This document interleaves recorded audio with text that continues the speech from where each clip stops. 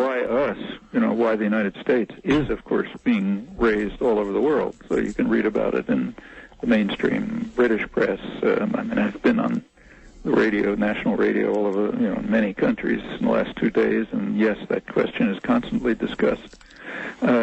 It's the actual question, I understand your point, but the question, well, what is it that made the United States a target of attack?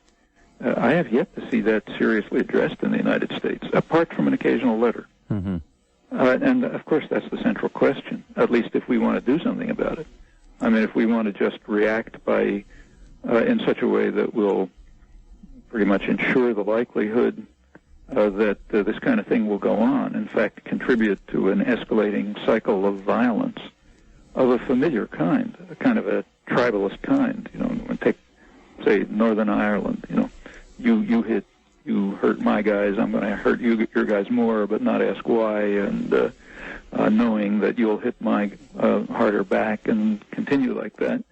Of course, this is, we're now talking about a huge escalation in that force way beyond that. Yeah, you can react that way and then make it very likely that not only will there be horrendous consequences around the world, but that, again, it'll come back here even harder and worse. That's a way to respond. Mm-hmm. Another way to respond is to try to figure out what's behind it.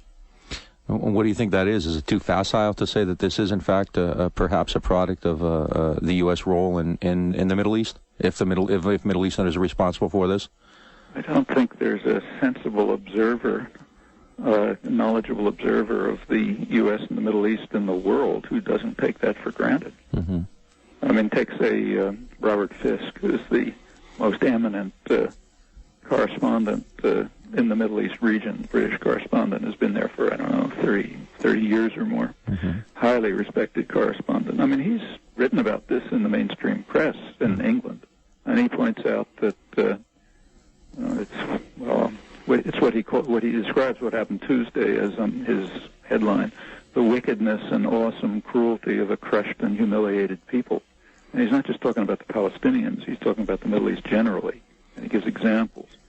And he says we're going to be told that this is a struggle between democracy and terror, but it's nothing of the sort. It's based on real events that happened. I started by saying this is the first time in almost 200 years that the United States has been attacked, its national territory. But that's certainly not true of the rest of the world, and we've often been the attackers. Is there then maybe a disconnection between the way the American people see this, perhaps more plausibly than what we're hearing out of politicians who are kind of raising the war drums and beating their breasts? I think it must be a rare person in the United States who doesn't know that a good part of the rest of the world has been the target of our guns, bombs, and so on for a long time, up till the present, including the Middle East. Mm-hmm. You can argue, well, that's right or wrong, but certainly that it's a fact is not in question. Now, I should just say, I don't have to tell this to a historian, certainly not to you. It has been pointed out repeatedly that this is like Pearl Harbor. That's not an accurate analogy. Pearl Harbor was an attack on colonies of the United States. Actually, both Hawaii and the Philippines were attacked. They were colonies that had been taken 50 years before, and not in a very pretty way. Mm-hmm. The Philippines, a couple 100,000 Filipinos were killed. Mm-hmm. Hawaii was, violence and guile. Mm-hmm. And those colonies were indeed attacked. That's December 7th, 1941. But an attack on the territory of the United States, for that you actually have to go back to 1812. Mm-hmm. And the rest of the world, has not had that experience. And it doesn't seem, and I haven't followed all the media coverage. I don't think anybody's asked this question. Why does it happen in the U.S.? Why isn't this happening in Britain or in France and elsewhere? Yeah. Well, and all you have to do is move right across the border, and yes, that question has been asked and discussed and properly. Mm-hmm. You can make whatever judgment you do when you look at the facts, but if you don't look at the facts, and you'd say, okay, we'll just respond with greater violence, you're effectively contributing to the likelihood that this is going to spiral upward in a very familiar cycle of escalating violence. Mm-hmm. And in this case, we're talking about, terror that is unstoppable and that can go all the way to weapons of mass destruction right here. In a sense, and not to be bleak, but isn't that kind of retaliation almost inevitable? It's just one reporter, but at a press conference yesterday, I think with Rumsfeld, it was on the radio, somebody said, does the U.S. have the belly to respond?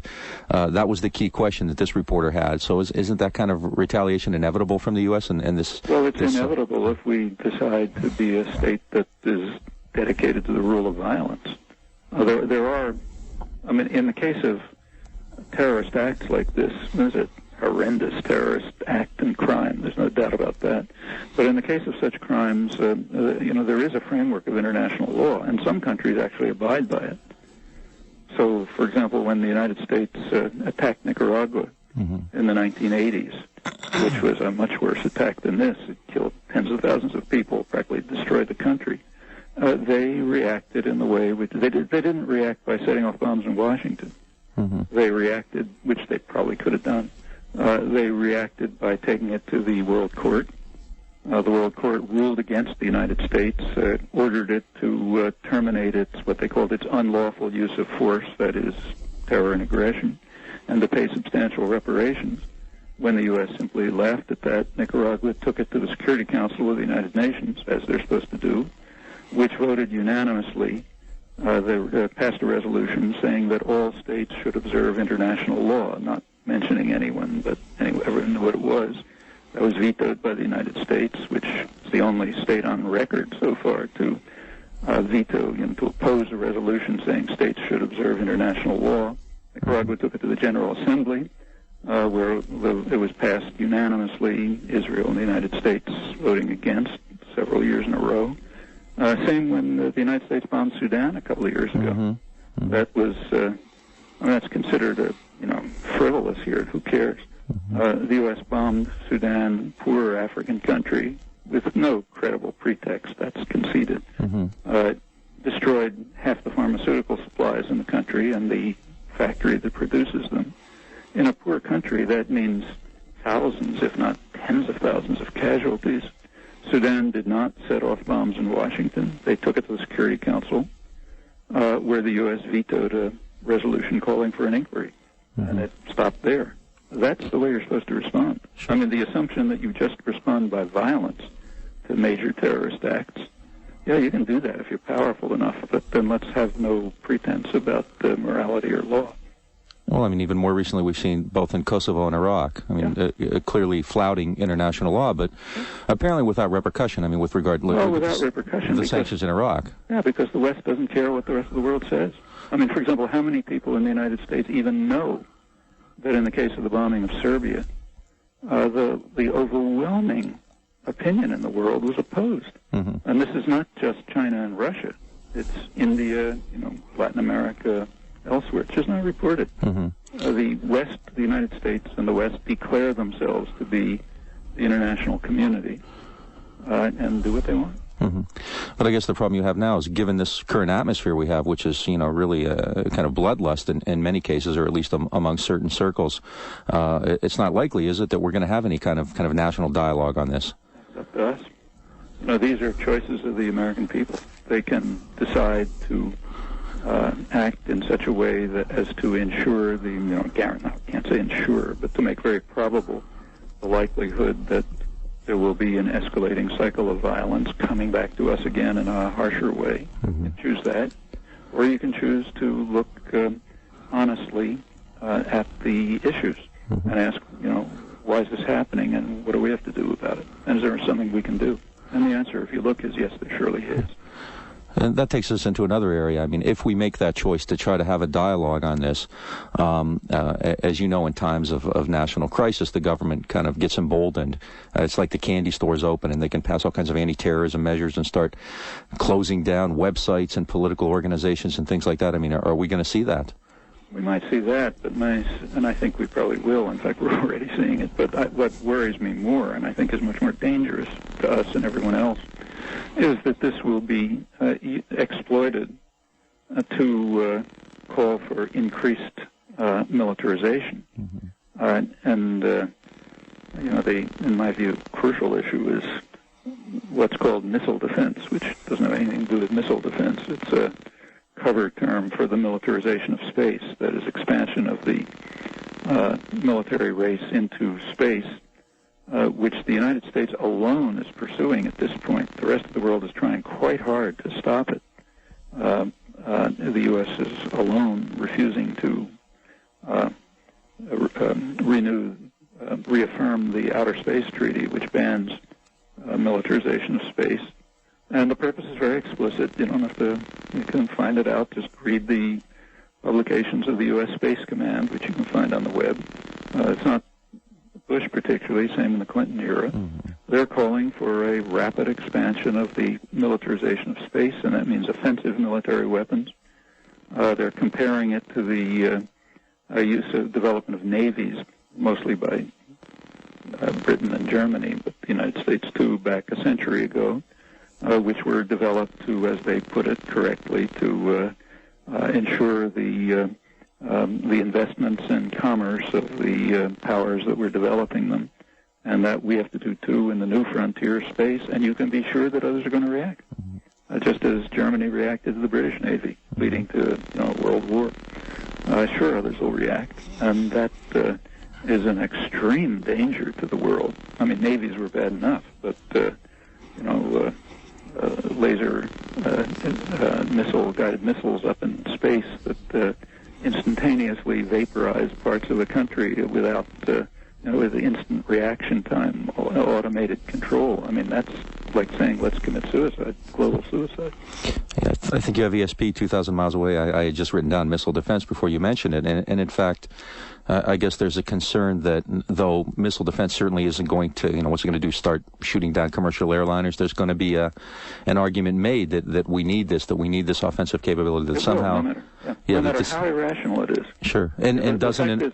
every strategic analyst with his head screwed on has pointed out that that if a country wants to attack, suppose some country wants to set off a nuclear explosion in the United States, they're not going to do it by a missile.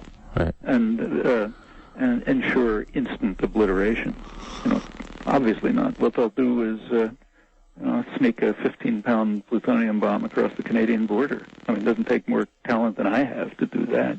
Actually, one of the leading analysts, Graham Allison of the Kennedy Center, pointed out a couple of years ago that he said if a terrorist wants to set off a nuclear explosion in New York, what he ought to do is wrap the bomb in a bale of marijuana and take it in through New York Harbor. Yeah, that's the kind of thing that'll happen, and we just saw it Tuesday. These are unstoppable actions. Mm-hmm. The only way you can stop them is by eliminating the basis for them, or at least reducing the basis for them. Otherwise, they'll happen. In fact, there's a phenomenon in the social science literature and the strategic analysis literature called normal accident. A normal accident is the kind of random accident that takes place unpredictably with any complicated system.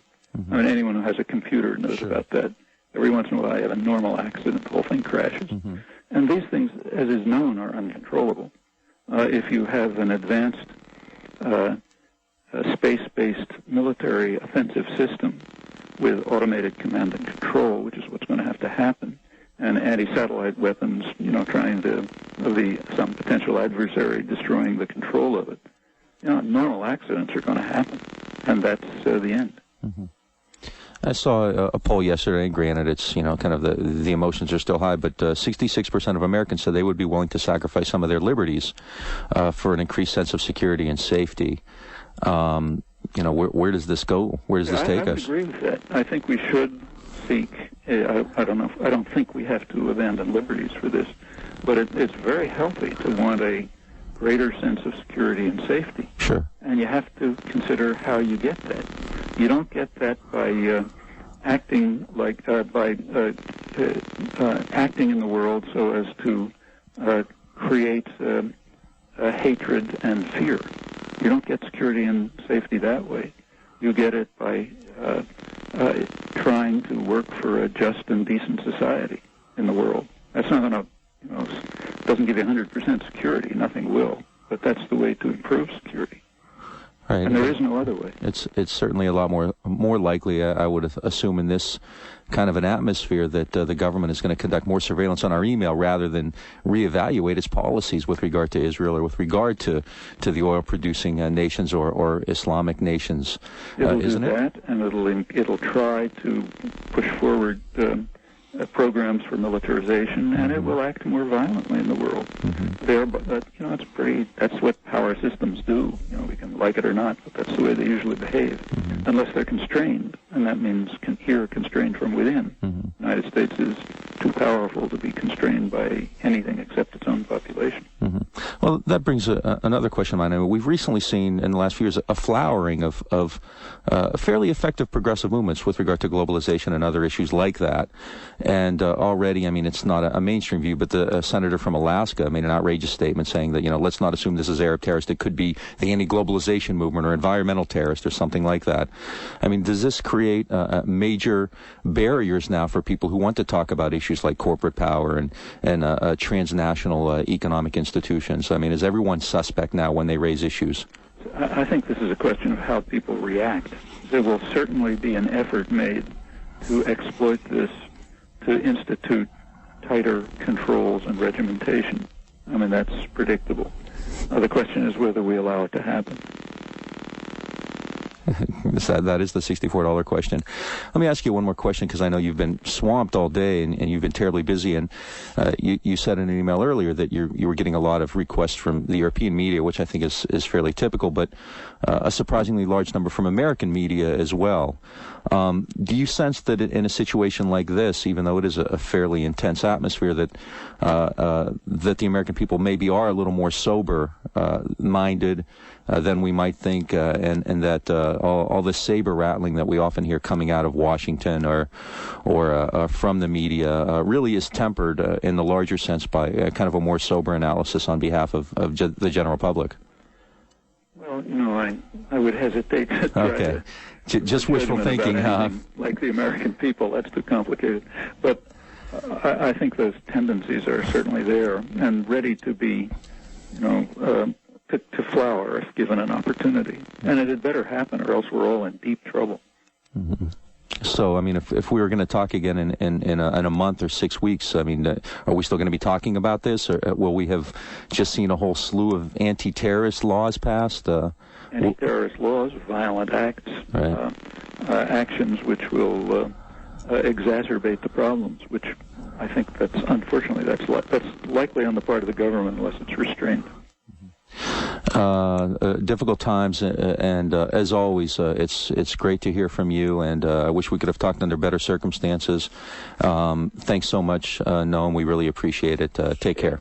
Thanks for having me on. As always, you're always welcome here. Thanks so much. Yep. Bye. That was Noam Chomsky. This is Bob Bazenko. You're listening to the Progressive Forum on KPFT 90.1.